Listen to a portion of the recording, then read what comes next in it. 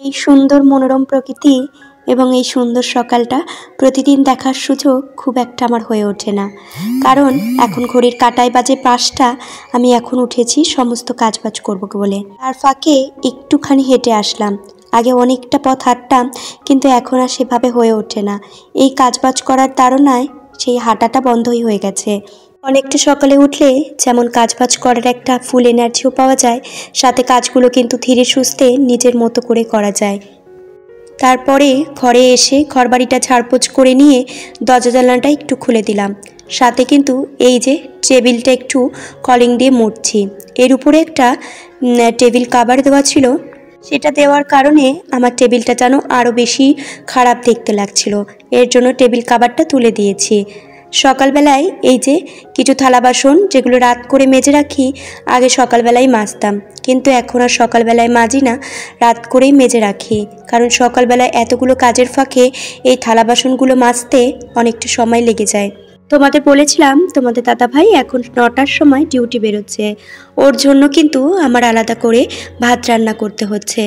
প্রথম কদিন ভেবেছিলাম একবারেই আমাদেরটাও রান্না করে ফেলবো, কিন্তু সেটা করতে গেলে আমার অনেকটা কাজের নষ্ট হয়ে যাচ্ছিল। আমরা যেভাবে কাজগুলো করি বা আমি যেভাবে করি সেইভাবে আর করে উঠতে পারছিলাম না।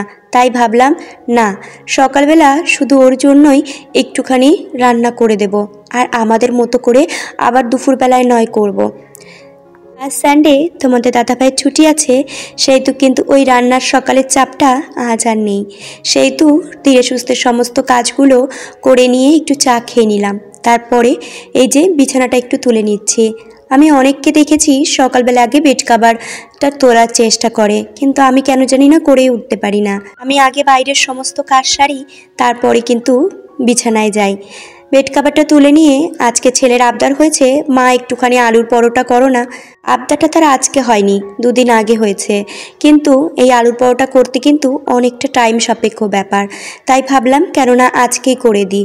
সেহেতু ময়দাটা আগে থেকে মাখাই ছিল, তাই ওই ঝামেলাটা আজ আমার পোহাতে হয়নি। তোমাদের দাদাভাইয়ের আজ যেহেতু ছুটি, অনেকটা বাজার কিন্তু নিয়ে এসেছে, সেগুলো একটুখানি গুছিয়ে রাখলাম। সাথে কিন্তু একটা মোচা নিয়েছে, সেটা কিন্তু আমাদের ঘরের সকলের ভীষণই পছন্দের। মোচাটা আমরা সকলে বলি কি, সকলেই কিন্তু খেতে ভীষণ পছন্দ করে, সেটা সেভাবে কিন্তু রান্না করলে আরও বেশি ভালো লাগে, তাই না?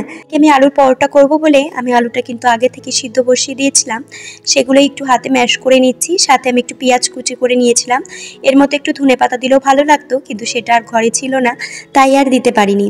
আর এইদিকে দেখো আলুর পুরগুলো আমি ভরে নিয়ে আর এর মধ্যে একটা ভাজা মশলা করেছিলাম, সেটা তোমরা দেখেছো। আমি আগের দিন কচুরিতেও ওই মশলাটাই দিয়েছিলাম, সেই মশলাটাই আমি এই আলুর পরোটার মধ্যেও দিব। তাতে কিন্তু খেতে বেশ সুস্বাদু হবে। আমার ছেলের সাথে আর কিছুই লাগবে না, শুধু একটুখানি টমেটো কেচাপ দিয়ে দিলেই ও সেটা কিন্তু রিল্যাক্সে খেয়ে নেবে। আলুর পরোটাগুলো কিন্তু আমি আজ তেল দিয়ে ভাজিনি, বাটার দিয়ে ভেজেছি। আর দেখো এদিকে আমি একটা একটা করে ভেজে গরম গরমে ওকে দিচ্ছিলাম, কারণ গরম গরমে এটা খেতে কিন্তু বেশি ভালো লাগে। সকালবেলায় দেখেছো তোমাদের দাদাভাই কিছু জ্যান্ত মাছ নিয়ে এসছে, আর এই পাকাল ট্যাংরা এইসব মাছগুলো খেতেও যেমন সুস্বাদু, সাথে কিন্তু আমাদের শরীরের অনেকটা উপকার করে। আর কেন জানি না এখন একদম ওই সামুদ্রিক মাছ খেতে ভালোই লাগে না। এদিকে মাছগুলো কেটে আমি কিন্তু স্নান করে নিয়েছি। স্নানটা করে সাথে পুজোটা কমপ্লিট করে এখন যাব রান্নাঘরে। এদিকে দেখছি তেলের বোতলের তেলও শেষ হয়ে গেছে। ওই যে আগের দিন তেলের বোতলগুলো ধুয়েছিলাম, তার মধ্যে কিন্তু আর তেল ভরা হয়নি, আজকে কিন্তু তেলটা একটু ভরেই রাখলাম। কাছের জার, ওর মধ্যে কিন্তু জলও ছিল, শুকানোরও প্রয়োজন ছিল, তাই আর ভরিনি। এদিকে আমি রান্নার জায়গায় চলে এসেছি সব কিছু নিয়ে।